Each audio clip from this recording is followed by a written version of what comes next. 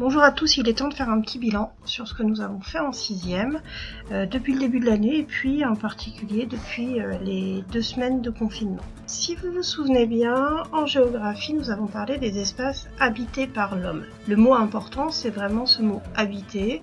Je vous renvoie au petit schéma que je vous ai fait refaire dans le cours.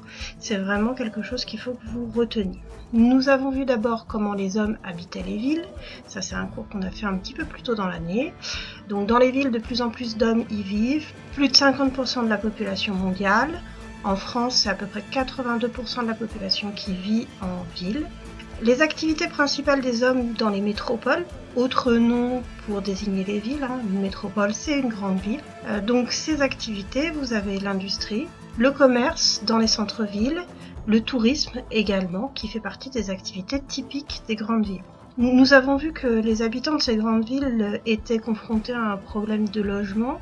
Ils étaient obligés de s'installer assez loin de leur travail car le prix des logements dans le centre de la métropole en général était trop cher pour qu'ils puissent s'y installer. Ils doivent chaque matin faire le trajet en transport en commun ou en voiture, ce qui provoque bien évidemment des embouteillages et de la pollution. Par contre, vivre dans une grande ville offre des avantages qui attirent autant de personnes, c'est pour ça que les villes se développent. Vivre dans une grande ville offre des avantages, comme le fait d'avoir des possibilités infinies d'activités. La difficulté est que dans nos villes, on va séparer les quartiers riches et les quartiers pauvres, et ce qui va systématiquement accentuer les difficultés des gens qui vivent dans les quartiers pauvres. On avait vu par exemple à Lagos ces quartiers très pauvres qu'on appelle les bidonvilles, dans lesquels les gens n'ont accès ni à l'eau ni à l'électricité. Plus récemment, pendant la période de confinement, vous avez travaillé sur les espaces agricoles dans le monde.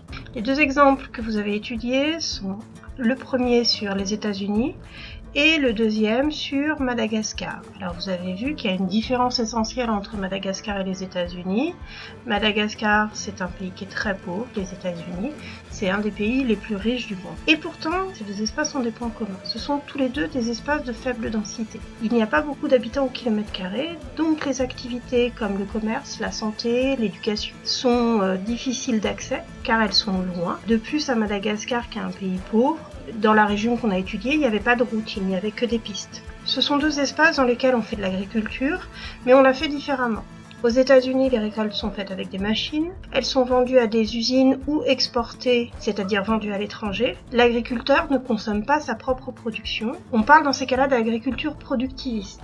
C'est l'agriculture qu'on trouve dans les pays riches, comme en France ou en Europe par exemple. À Madagascar, les récoltes sont faites à la main ou alors avec des outils simples. Elles servent à l'agriculteur et à sa famille, c'est-à-dire qu'ils vont consommer ce qu'ils produisent. Si la récolte est bonne et qu'il leur reste un petit peu de production, ils peuvent la vendre. Sinon, lui et sa famille risquent d'avoir faim. Dans ces cas-là, on parle d'agriculture vivrière. C'est l'agriculture que l'on trouve dans les pays pauvres comme dans de nombreux pays africains. Donc voilà pour ce premier bilan. Le prochain cours sera un cours également de géographie. On va continuer sur cette idée d'habiter et on essaiera de comprendre comment les hommes peuvent habiter des espaces à forte contrainte, c'est-à-dire des espaces dans lesquels les conditions de vie pour l'homme sont très difficiles. Par exemple, il fait froid, il pleut tout le temps, il fait très humide ou il ne pleut pas du tout. Et l'exemple que nous allons étudier, ce sera celui du Groenland. Ce cours sera disponible à partir de mercredi. D'ici là, vous allez faire le petit quiz qui va avec cette vidéo. Et merci de votre écoute. À mercredi.